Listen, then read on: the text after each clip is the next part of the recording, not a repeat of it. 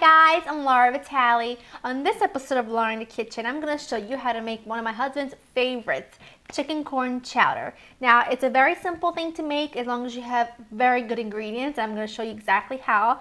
But first thing we're going to do is go over the ingredients so you can get started. You're going to need some fresh sweet corn, 1 large baking potato, some chicken. You're going to need some bacon chopped, celery, red bell pepper, onion, a little bit of butter, a little bit of flour, some heavy cream, and you're going to need salt and pepper, little olive oil, and water. These are pretty much all the ingredients, but we're going to treat each and every ingredient with respect. This is what I mean. Right now, Jersey corn is at its best. It's very, very sweet, and I have to stop myself from buying it. I buy corn so much, and usually all I do is either grill it, or I like to roast it in the oven just to bring out its sweetness. So I use it a lot. You can substitute with canned corn or frozen corn. You're not going to get the same result because we're going to use the actual corn cob itself to make the stock really flavorful. That's number 1 tip to having the soup come out amazing. Second is that, as you can see, I'm using dark meat chicken. It's the leg and thigh portion. The reason I do that, it's on the bone. The reason I do that is because I love chicken breast. I do. It's lean, it's delicious, but that's exactly the problem. It's too lean. It doesn't have enough flavor. And if you were to cook chicken breast the way we're going to cook this, it would completely dry out and be tasteless and give no flavor to the soup. Now what I'm doing is I'm using the dark meat on the bone, and that way, one, that cooks. Number 1, it stays really flavorful and moist, but number 2, that bone has so much flavor that when we combine it with the corn cob and the water, it's going to make the most amazing stock, and we're just using water. Thinking smart. Now, we need to cut this corn. Cut the bottom off so you get give it feet, right? So it's flat. Now, so the corn doesn't go everywhere, this is what I do.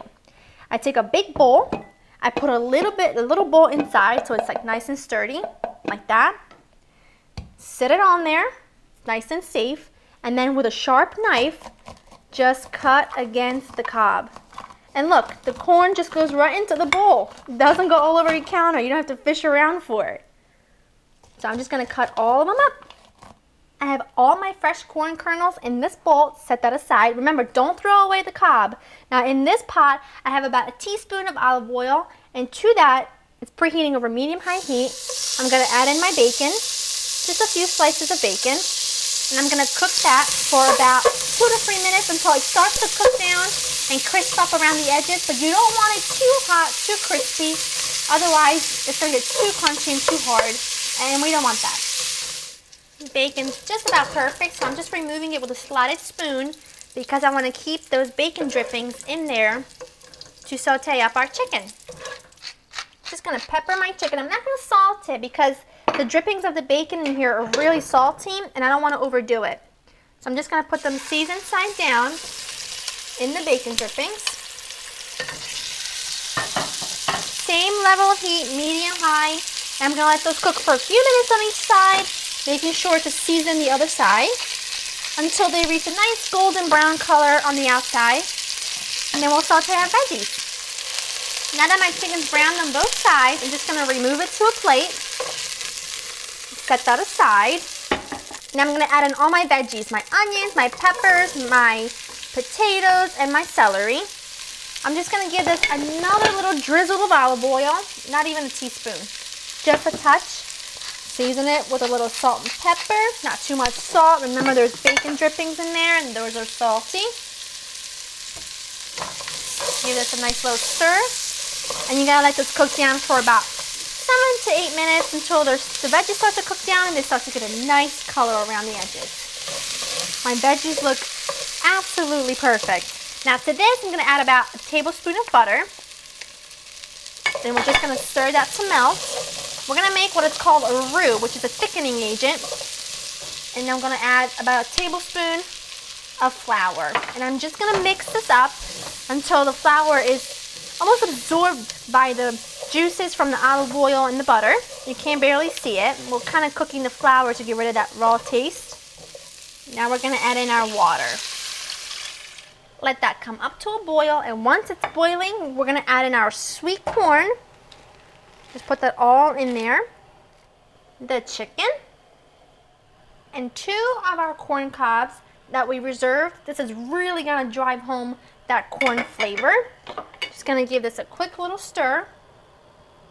I'm gonna just leave this on medium-high, let that come to a boil, reduce the heat to medium. I'm gonna let that cook and simmer for about 45 minutes. After 45 minutes, what we're gonna do now is to get rid of the corn cob. It's done its job, so now we don't need that anymore. And we're also gonna take out our chicken so that we can let it cool and shred that meat right off the bone. Because now the bone has done our job and we want to really mix in that chicken all the way through. And this smells insane. And it's already really thick and delicious. Now let that keep going on medium heat. Let the chicken cool for about 10 minutes. We're going to shred it up, add it back in, and finish the whole thing up. I just shredded my chicken with just 2 forks. Very easy to do. Now I'm going to add that in there. With that, we're also going to add in our heavy cream that we reserved. This is really what's going to give that richness that we just love about it. Let this cook for 5 more minutes. Before we do that, we want to just adjust it with just a little bit of seasoning because we really didn't season the soup with salt and pepper, but we're going to do that at this stage. Season it just like so, or to taste. Let that come up to a boil and cook for another 5 to 7 minutes until it thickens up, and then we're ready to serve.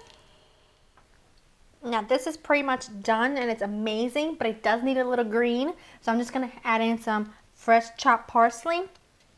Absolutely. Oh my gosh, it smells so good. It smells so sweet. And that is because we used fresh Jersey corn. I'm just going to ladle this up. It's thick. It's delicious. That chicken, I know it's going to taste so good. Look at that. I'm just going to take a quick bite of this. I'm going to move this out of the way. Oh, yes, yes, yes. Woo! Sweet. Intensely flavored by that corn because we remember we used the actual corn cob in there to drive home that corny flavor. I bet that sounded corny. But I don't know what else to say about it. It's delicious. It tastes like it's made from fresh ingredients. Drove home that chicken stock flavor that we just used water with, but by using that dark meat chicken, really nice and intense. This is pretty much the best. I hope you guys have enjoyed spending time with me. To get this recipe and other recipes, check out my website. It's www.laurenkitchen.com, and I'll see you next time.